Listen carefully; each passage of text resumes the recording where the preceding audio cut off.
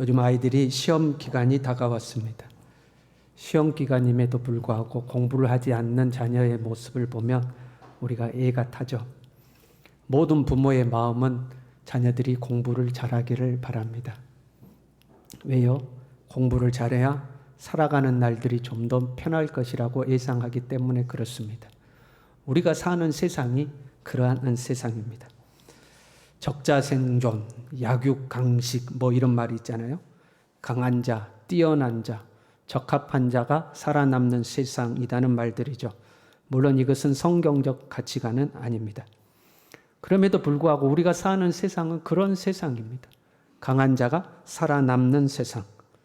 그러다 보니까 우리는 하나님을 의지하기보다는 실력을 쌓는데 더 집중하는 경우들도 생겨납니다.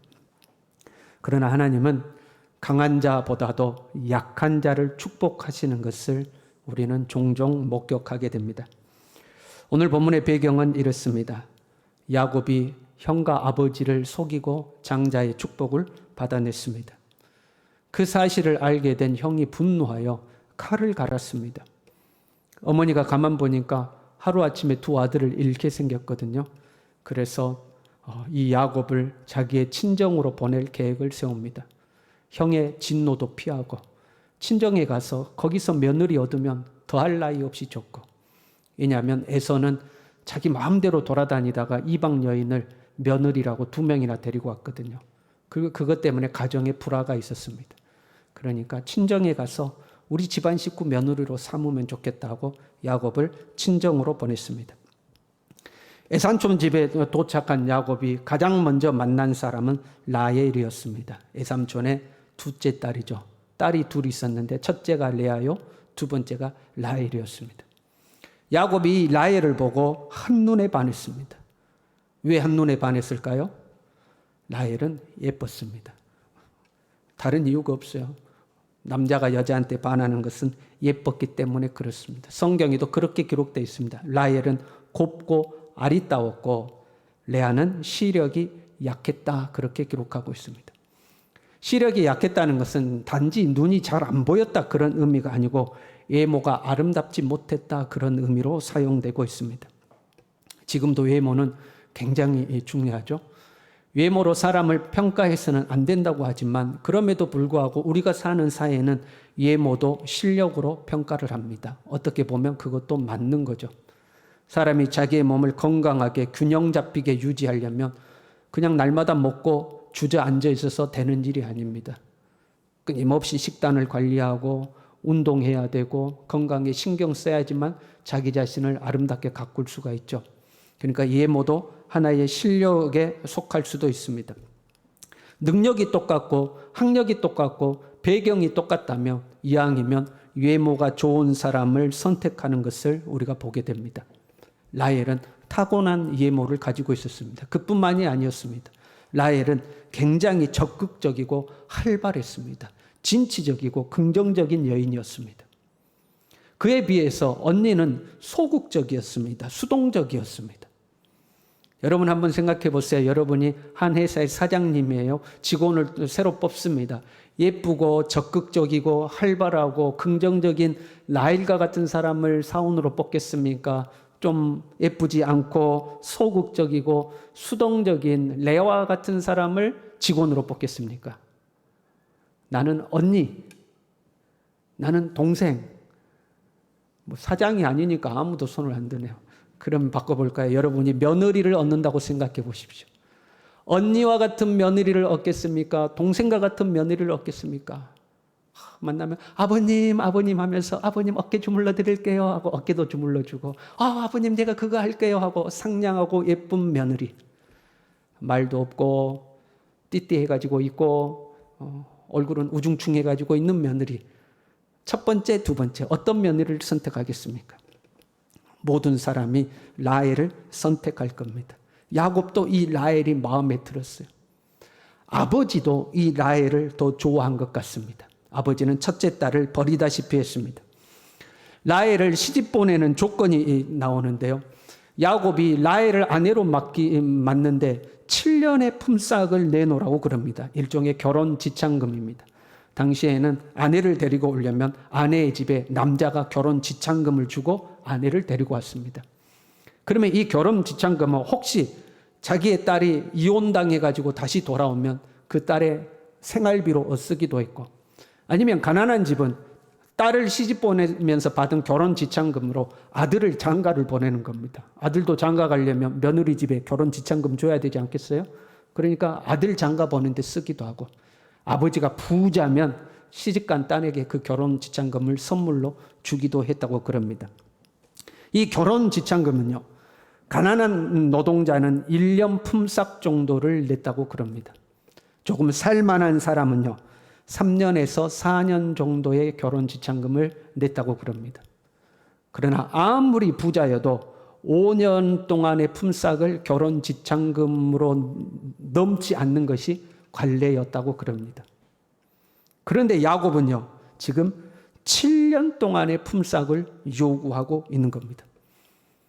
일종의 바가지입니다. 완전 바가지입니다. 그럼에도 불구하고 야곱은 이 조건을 수락합니다. 왜냐하면 야곱은 좀 불리한 입장이거든요. 형에게 쫓겨서 애삼촌 집에 지금 덤으로 살고 있는 신세입니다. 그것보다도 더 중요한 사실은 야곱이 라헬을 사랑했습니다. 야곱이 라헬을 사랑하는 까닭에 7년을 며칠같이 여겼다 하고 성경이 기록하고 있습니다. 7년이라는 조건을 수락했어요. 애삼촌이 가만 보니까 자기 둘째 딸 시집 보내는데 7년 품삯이면 되거든요. 머리를 쓰기 시작했습니다. 사실 당대만 해도 동생이 언니보다 먼저 시집 가는 것은 예의가 아니었습니다. 우리도 그런 시절이 있었어요. 지금은 뭐 형, 동생 상관없이 짝 있는 사람이 먼저 가잖아요. 그러나 저희 어렸을 때만 해도 형을 놔두고 동생이 먼저 장가 가는 것이 굉장히 드물었습니다. 그리고 그렇게 동생이 먼저 장가 가면 형은 뭔가 문제가 있는 사람입니다. 뭔가 문제가 있어서 결혼을 포기했거나 결혼 가기 힘든 경우일 때가 많았습니다. 지금 성경이 기록된 배경도 마찬가지입니다. 언니를 놔두고 딸이 먼저 시집을 간다? 그러면 이 언니한테 무슨 문제가 있다는 의미가 됩니다. 그러니까 애삼촌은 야곱에게 설명을 했어야 합니다. 이렇게 되면 우리 큰딸이 문제가 생기니까 결혼을 좀 늦추자 하고 설명을 해야 했습니다. 그런데도 애삼촌은 욕심이 생겼습니다. 몇 가지를 고려했죠. 먼저는요, 라헬은 야곱이 아니더라도 얼마든지 시집을 갈 수 있습니다. 예모를 갖췄어요. 인기가 있습니다. 그런데 레아는 아닙니다. 레아는 빨리 시집갈, 동생이 아무리 기다려도 동생보다 먼저 시집갈 가능성이 상당히 낮습니다. 두 번째, 무엇보다도 결혼 지참금에 대한 조건이 너무 좋았습니다. 이 야곱이 7년짜리 품삯을 내놓으라고 해도 오케이를 한 거거든요. 그래서 욕심이 생겼습니다. 레아도, 골치 아픈 큰딸 레아도 처리하고 돈도 벌 수 있는 절호의 기회였습니다. 나중에 두 딸들이 고백하는 말들이 31장 15절에 기록되어 있는데 이렇게 이야기합니다. 아버지가 우리를 팔고 우리의 돈을 다 먹어버렸으니, 딸들이 생각할 때도 아버지가 우리를 팔아버렸다라고 생각할 정도로 이제 이 야곱의 애삼촌이 머리를 쓴 거죠. 결혼식을 했습니다. 야곱에게 술을 진탕 먹였습니다. 첫날 밤 이제 신혼방에 들어가야 되는데 야곱이 술이 취해서 신혼방에 들어갔는데 아버지가 둘째 딸 대신 첫째 딸을 신혼방에 집어넣었습니다. 야곱이 아침에 잠이 깨보니까 자기 옆에 언니가 누워있는 거예요. 그래서 애삼촌에게 달려가서 이게 어떻게 된 일이냐고 따졌습니다. 애삼촌이 하는 말이, 양의 일이 됐으니 7년간 더 일해라. 그러면 딸 둘 너 다 줄게. 그래서 또 이 큰딸을 아내로 맞아들이고 7년을 더 일해야 했습니다. 그러다 보니까 야곱이 레아를 사랑할 리가 없습니다. 얼마나 믿겠어요? 얼마나 믿겠어요? 그렇지 않습니까? 아버지가 신혼방 들어가란다고 들어옵니까? 그러니까 야곱이 생각할 때 이 언니가 얼마나 믿겠어요? 레아는 사랑받지 못했습니다. 이렇게 되어 있어요. 31절에 보면 여호와께서는 레아가 사랑받지 못함을 보시고, 이렇게 되어 있죠. 우리 성경이 사랑받지 못했다라고 번역했는데 정확한 의미는 미움을 받았다라는 말입니다. 사랑받지 못한 것과 미움받는 것은 굉장히 큰 차이가 있거든요. 미움받지 못했어요. 미움받았어요. 야곱이 미워할 수밖에 없는 거예요. 내가 좋아하지도 않는데 내 아내가 되었고 내가 좋아하지 않는 이 여인을 위해서 7년 동안을 더 일해야 되니까 7년 품삯을 갖다 바쳐야 되니까 미워할 수밖에 없는 거죠. 아버지에게 버림받았습니다. 어찌어찌 남편이 있는데 이 남편에게도 사랑받지 못하고 미움받고 사는 신세가 되었습니다. 그런데 하나님의 선택은 달랐습니다. 하나님은 이 레아를 선택한 거예요. 여호와께서 레아가 사랑받지 못함을 보시고 그의 태를 여셨으나 이렇게 기록되어 있습니다. 태라는 이 단어의 뜻은 자비, 긍휼 그런 말입니다. 여셨다라는 단어는 활짝 여셨다 그런 의미입니다. 그러니까 하나님께서 레아에게 자비와 긍휼의 문을 활짝 여셨다 하는 겁니다. 사랑받는 라헬이 아니라 아버지에게 버림받고 남편에게조차도 미움받고 있는 이 레아에게 못생긴 레아를 하나님께서 선택하셔서 자비와 긍휼의 문을 활짝 여셨다 그런 의미입니다. 자비와 긍휼의 문을 여셨을 뿐만 아니라 하나님은 레아를 축복하셨습니다. 나중에 라헬은 노상에서 죽고요 길가에 장사됩니다. 그러나 레아는 죽어 조상의 묘실에 장사됩니다. 아브라함의 시신이 있는 그곳, 조상 대대로 조상의 이 시신을 장사하는 그곳에 레아가 장사가 됩니다. 그 말은 레아가 언약의 후손이 되었다는 의미입니다. 여러분, 인간적으로 사랑을 많이 받을지라도요 하나님의 선택을 받은 자가 언약의 상속자가 됩니다. 사람에게 선택받은 자가 아니요 하나님께 선택받은 자가 언약의 상속자가 되는 거죠. 그래서 레아의 후손에게서 예수 그리스도의 조상인 유다가 태어나고 하나님을 섬기는 레위 지파가 태어나게 됩니다. 언약의 후손이 된 겁니다. 세상은 강해야 실력이 있어야 자격이 좋아야 살아남는다고 그럽니다. 물론 이것도 필요해요. 우리가 실력도 쌓고 자격도 갖추는 것도 필요합니다. 그러나 그것보다 더 중요한 것은 하나님의 은혜를 받아야 살아남는 줄로 믿습니다. 하나님이 선택하면 막을 자가 없는 겁니다. 하나님이 자비와 긍휼의 문을 활짝 여시면 아무리 미움받은 레아라 할지라도 자녀를 계속해서 출산해 내는 겁니다. 하나님은 왜 라헬이 아니고 레아를 선택하셨을까? 왜 하나님은 잘난 라헬이 아니고 못난 레아를 선택하셨을까? 성경을 보면 상당히 이런 경우가 많이 있습니다. 우리가 잘 아는 에서와 야곱을 보더라도요. 에서는 남자다웠습니다. 힘이 있었습니다. 진취적이었습니다. 그에 비해 야곱은 여성다웠습니다. 소심했습니다. 그럼에도 불구하고 하나님은 어머니 뱃속에서부터 야곱을 선택하셨습니다. 나중에 야곱이 자기의 손자들을 축복하는데 에브라임과 므낫세를 축복함에 있어서 장자와 차자를 바꾸어서 축복하는 것을 봅니다. 눈이 어두워서 그런 게 아니었어요. 야곱은 선지자였거든요. 하나님이 누구를 선택했는지를 알고 있었습니다. 하나님은 약한 자, 어린 자, 작은 자를 선택하시는 그 은혜를 베푸신 겁니다. 왜 하나님은 약한 자를 선택하실까? 연약한 자를 선택하실까? 못난 사람을 선택하실까? 사실 우리는 알 수 없습니다. 전적인 하나님의 은혜요 주권이죠. 그러나 하나님이 선택하는 약한 자란 어떤 사람인가? 그 약한 자, 하나님이 선택하는 약한 자의 특징을 레아를 통해서 약간은 들여다볼 수가 있습니다. 먼저 하나님을 선택했던 레아는요, 약한 사람이죠. 이 약한 사람들은 의존적입니다. 누군가를 자꾸 의지합니다. 레아를 보십시오. 레아가 자녀를 낳고 그 자녀들의 이름을 붙이며 고백하는데 다 신앙 쪽 고백들입니다. 첫째 아들을 낳고 이렇게 고백합니다. 여호와께서 나의 괴로움을 돌보셨으니. 둘째 아들을 낳고 이렇게 고백합니다. 여호와께서 내가 사랑받지 못함을 들으셨으므로. 첫째 아들 때는 하나님이 보셨다. 하나님이 나를 보셨다. 둘째 아들을 낳고는 하나님이 나를 들으셨다. 하나님이 나를 보고 들으셨다고 고백하고 있습니다. 특별히 여호와께서 나를 보시고 여호와께서 나를 들으셨다라고 고백해요. 여호와의 이름이 등장합니다. 여호와에 대한 신앙은 아브라함이 믿음의 조상이죠. 아브라함으로부터 계승되어 야곱이 가지고 있는 신앙입니다. 에삼촌 집은 그 신앙이 아니에요. 그럼에도 불구하고 레아가 여호와께서 나를 보시고 여호와께서 나를 들으셨다고 고백하는 것은 자기를 그렇게 사랑하지도 않는 그 남편의 신앙을 받아들인 겁니다. 원래 여자가 남자 집으로 시집을 가면 그 집안의 신앙을 받아들이는 게 그 당시 풍습이었거든요. 그러니까 자기를 사랑해 주지도 않아, 이 남편이. 그럼에도 불구하고 자기는 이 남자와 결혼했기 때문에 이 남자의 신앙을 받아들였습니다.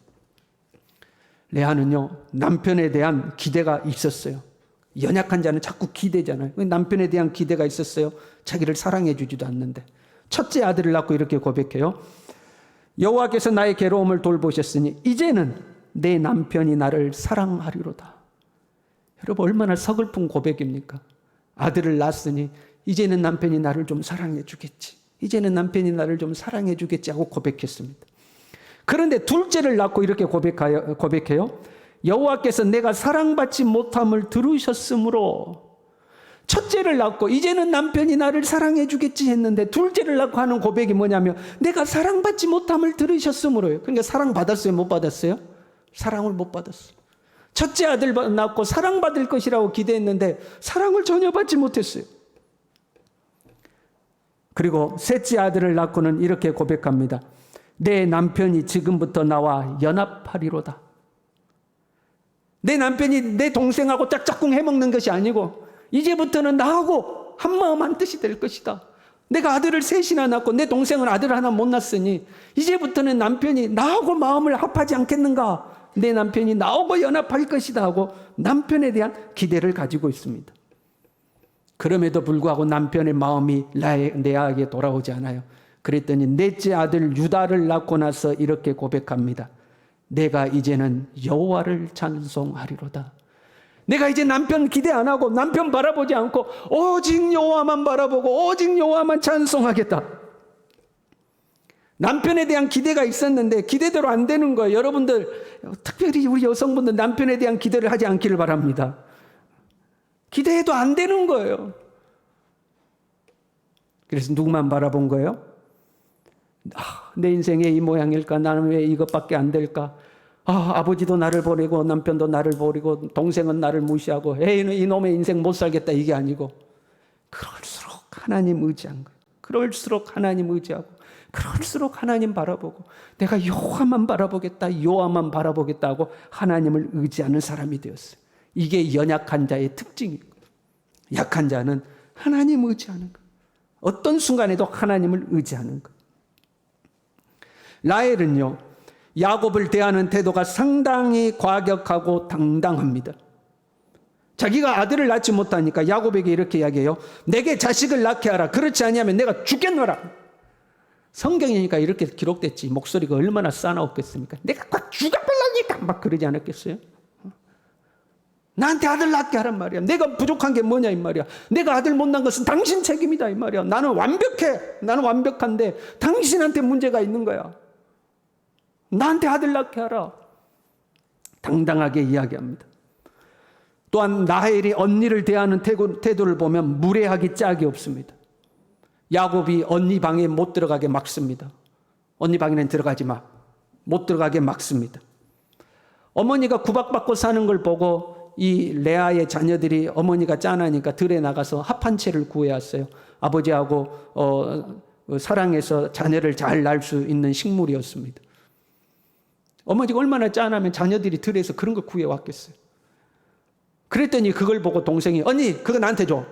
언니는 애 넷이나 낳았잖아. 그거 나한테 줘 하고 언니한테 무례하게 요구를 합니다. 일반적으로 우리가 강자를 대할 때는 좀 힘들죠. 강자를 함부로 대하지 못하죠. 그러나 약자는 편할 때가 있습니다. 지금 동생이 강자예요. 언니가 약자예요. 그러니까 동생이 언니를 막 함부로 대하는 겁니다. 아무리 편한 사람이라도 함부로 대해서는 안 되죠. 그러나 우리는 편한 사람이 될 수 있어야 됩니다. 대하기 편한 사람이 있고 대하기 불편한 사람이 있어요. 같은 회사에서 일하는 동료나 또는 부하 직원들 중에도 능력은 뛰어나는데 그 사람은 대하기가 힘든 사람이 있습니다. 그럼 아무도 그 사람에게 부탁을 안 합니다. 야, 네가 말해봐. 야, 아니야, 네가 말해봐. 네가 말해봐. 부탁하기 힘든 사람이 있어요. 교회도 마찬가지예요. 교회 일을 할 때도요, 목사래도요, 편하게 부탁할 수 있는 사람이 있고 편하게 부탁 못하는 사람이 있습니다. 그 집사님, 내가 전화할게요. 걱정하지 마세요. 지금 전화할게요. 하고 바로 전화할 수 있는 사람이 있고, 그 집사님요, 좀 생각 좀 해봐야겠는데, 집사님이 한번 전화해봐요. 이런 사람도 있습니다. 편한 사람도 있고 불편한 사람도 있죠. 하나님 쓰시기에도 마찬가지입니다. 하나님 쓰시기에 편한 사람이 있고 불편한 사람이 있는 거예요. 우리가 잘 아는 것처럼 하나님은 순종을 무엇보다도 중요하게 여기시죠. 그게 무슨 말이에요? 달리 말하면 하나님이 쓰시기에 편한 사람이에요. 순종하는 사람은. 야, 가자 그러면 예 주님 가겠습니다. 가지 마 그러면 예 주님 안 가겠습니다. 순종하는 사람은 쓰기에 편한 사람입니다. 하나님도 쓰시기에 편한 사람이 있고 불편한 사람이 있는 겁니다. 여러분, 하나님 쓰시기에 편한 사람 되시길 바랍니다. 약한 자는 누구냐? 하나님 부르실 때에 예라고 대답하는 사람이에요. 왜? 하나님이 불러준 것만 해도 고맙거든요, 나를. 약한 자들은, 의존적인 사람들은 하나님이 불러주시면 주여 감사합니다. 내가 주님 집에 문지기라도 해도 감사합니다 하고 감사합니다. 하나님 쓰시기에 편한 사람입니다. 무엇보다도 레아는 하나님의 은혜를 잊지 않고 하나님께 영광을 돌립니다. 자녀를 낳을 때마다 레아의 고백 속에는 하나님이 등장합니다. 하나님이 나를 보셨다. 하나님이 내 응답하셨다. 내가 하나님을 찬양하겠다. 자녀를 낳을 때마다 내가 이 자녀 낳는 것은 하나님의 은혜라고 고백을 합니다. 사람이 부족한데요, 기대하지 못했던 큰 성과를 이루게 되면요, 사람들이 이렇게 이야기하죠. 엄마야, 군뱅이도 구르는 재주가 있네. 엄마야, 어쩌다가 저런 일을 다 했대. 그렇게 이야기합니다. 그렇잖아요? 진짜 재수가 좋았네. 운이 좋았네. 그거는 이제 세속적인 표현이죠. 우리는 뭐라고 고백해요? 와, 저건 진짜 하나님의 은혜다. 하나님의 은혜가 아니면 저거 안 된다. 하나님이 도와서 저 사람 저렇게 된 거지. 우리가 아는 저 사람은 저거 못해. 하나님의 은혜야라고 고백합니다. 본인도 그렇게 고백합니다. 본인도. 우와, 어쩌다 내가 이런 일을 다 했지? 야, 이거는 진짜 하나님의 은혜다. 하나님이 나 도와줘서 내가 이렇게 했지. 내 실력으로는 이거 생각지도 못한 일이다라고 본인도 그렇게 고백을 합니다. 그러나 실력 있는 사람, 뛰어난 사람, 강한 사람은요, 입술로는요, 하나님의 은혜입니다. 감사합니다라고 고백하지만 속으로는요, 그래도 내가 원래부터 실력이 좀 좋았지 뭐 내가부터 원래 좀 특출해서 특출나. 내가 남들보다 더 잘하는 것이 있는 거야 하고 자기 자신의 힘으로 했다고 은연중에 생각하기 마련입니다. 약한 자는 하나님의 은혜를 잊지 않아요. 이것도 하나님의 은혜, 저것도 하나님의 은혜, 내가 이렇게 산 것도 하나님의 은혜인 거예요. 하나님께서는 세상의 미련한 것들을 택하시고 세상의 약한 것들을 택하시고 세상의 천한 것들을 택하시고 멸시받는 것들을 택하시고 없는 것들을 택하셨다고 그랬어요. 그들은 하나님을 의지하기 때문입니다. 하나님께 순종하기 때문입니다. 하나님의 은혜를 잊지 않고 하나님께 영광을 돌리기 때문이죠. 여러분은 어떤 사람입니까? 강한 사람입니까? 약한 사람입니까? 잘난 사람입니까? 못난 사람입니까? 높은 사람입니까? 낮은 사람입니까?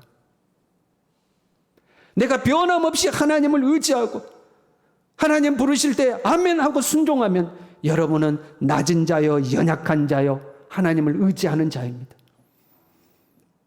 그런데 언젠가부터 이제 나도 좀 먹고 살만하고 이제 좀 나도 내 힘으로 좀 살 수 있을 것 같고, 과거에는 집사님 교회 일합시다 그러면 예 하고 뛰쳐나오던 사람이 집사님 일합시다 그러면 속으로 이제 내가 짬밥이 있지 말이야. 내가 저런 일을 안 하지 말이야. 언젠가부터 순종하지 아니하고 그러면 여러분은 높아진 사람입니다. 약하다는 것은 많고 적음에 달려있는 것이 아닙니다. 사회적 지위의 높고 낮음의 문제가 아니에요. 많이 가졌음에도 불구하고 철저히 하나님 앞에서 자신을 낮추는 사람이 있는가 하면 아무것도 가진 것도 없는데 자존심만 가득한 사람이 있습니다. 하나님을 향한 태도에 있는 겁니다. 가졌으나 가지지 못했으나 변함없이 하나님 의지하는 사람이 있는가 하면 없을 때는 하나님 의지하는 듯 하다가 조금 가지면 금방 변질되어서 목에 힘이 들어가는 사람도 있습니다. 이스라엘의 초대 왕이었던 사울을 보십시오. 사무엘상 15장 17절에 이렇게 이야기합니다. 사무엘이 이르되 왕이 스스로 작게 여길 그때에 이스라엘 지파의 머리가 되지 아니하셨나이까. 스스로 작게 여길 때, 아니 내가 어떻게 왕이 됩니까? 나 같은 사람이 어떻게 왕이 됩니까? 작게 여길 때 하나님이 사울을 선택했습니다. 그런데 왕의 자리에 오르고 나니까, 몇 번 전쟁에서 성공하고 나니까 교만해지기 시작했습니다. 하나님의 소리를 듣지 않습니다. 자기의 생각이 앞서가기 시작합니다. 높은 자리에 오른 겁니다. 강한 자가 된 겁니다. 하나님이 아말렉과 전투하라고 그랬어요. 전투가 끝나고 나서 하나님의 명령을 온전히 이행하지 않았습니다. 그때에 사무엘이 와서 사울을 지적합니다. 왕이여 망령되이 행하셨습니다. 순종이 듣는 것보다 나은데 왜 순종하지 않았습니까? 하나님이 왕을 버리셨습니다라고 사울의 죄를 지적했습니다. 그때 사울이 뭐라고 대답했는지 사무엘상 15장 30절에 이렇게 기록되어 있습니다. 내가 범죄하였을지라도 이제 청하옵나니 내 백성의 장로들 앞과 이스라엘 앞에서 나를 높이사 나와 함께 돌아가서 내가 당신의 하나님 여호와께 경배하게 하소서. 얼마나 우스운 이야기입니까? 내가 범죄하였을지라도 알았습니다. 내가 잘못했습니다 하고 대충 넘어가는 겁니다. 그 다음 말이요. 내 백성의 장로들 앞과 이스라엘 앞에서 나를 높이서 그래도 내 체면은 세워줘야 되는 거 아닙니까? 이 이야기입니다. 나와 가서 같이 예배 드립시다. 아니 선지자가 왔다가 예배도 안 드리고 가버리면 전쟁에 이겼으니까 감사 예배는 드려야 될 텐데 예배도 안 드리고 가버리면 내 체면이 뭐가 됩니까? 내가 잘못했습니다. 그러니까 일단은 가서 예배 드리고 내 체면 좀 세워주십시오라는 고백입니다. 완전히 변질되었습니다. 그의 뒤를 이었던 다윗은요 동일하게 무명의 목동이었는데 왕이 되었습니다. 왕이 된 후에 다윗도 범죄하였습니다. 나단 선지자가 나와서 왕이 범죄하였다고 지적했을 때에 그 선지자의 말 앞에 다윗은 눈물을 흘리고 침상을 적시며 밤을 새워 회개합니다. 완전히 다른 거예요. 둘 다 낮은 자리에 있을 때 하나님이 선택해서 왕이 되었는데 한 사람은 완전히 교만한 자가 되었고 한 사람은 여전히 하나님 앞에 겸손히 엎드린 자가 되온 것입니다. 우리는 원래 약한 자들이었습니다. 가난한 자들이었습니다. 많이 배우지 못한 자들이었습니다. 그렇게 똑똑하지 못한 사람들입니다. 우리 중에 여러분 어디 내놓을 만큼 실력이 있고 지혜가 있고 학력이 있고 가문이 있고 뭐 그런 사람이 얼마 있습니까? 불과 30년, 40년, 50년 전만 해도 우리 모두는 가난하고 비천한 자들이었습니다. 그래서 하나님 우리를 선택한 겁니다. 그래서 하나님이 우리를 선택하시고 이 나라를 선택하신 겁니다. 잘나서 우리가 복을 받은 것이 아니라 복을 받아서 우리가 좀 잘난 사람이 된 것일 뿐입니다. 그런데 혹시 우리가 변해가고 있지는 않은지 우리 자신을 돌아봐야 합니다.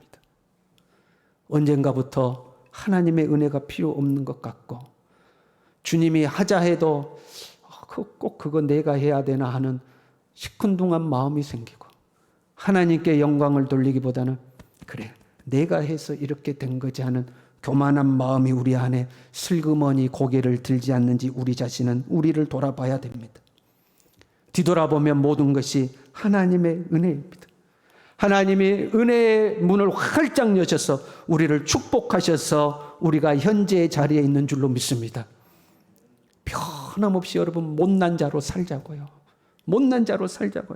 하나님 의지하는 사람, 하나님께 순종하는 사람, 모든 것이 하나님의 은혜라고 고백하고 사는 사람, 여러분 우리 이 못난 사람으로 살아갈 수 있길 바랍니다. 못난 자에게 베푸신 하나님의 은혜, 자비와 긍휼의 문을 활짝 여시사 축복하신 하나님의 은혜가 우리 못난 사람들에게 있을 줄로 믿습니다. 이 마음으로 우리 함께 찬양하겠습니다.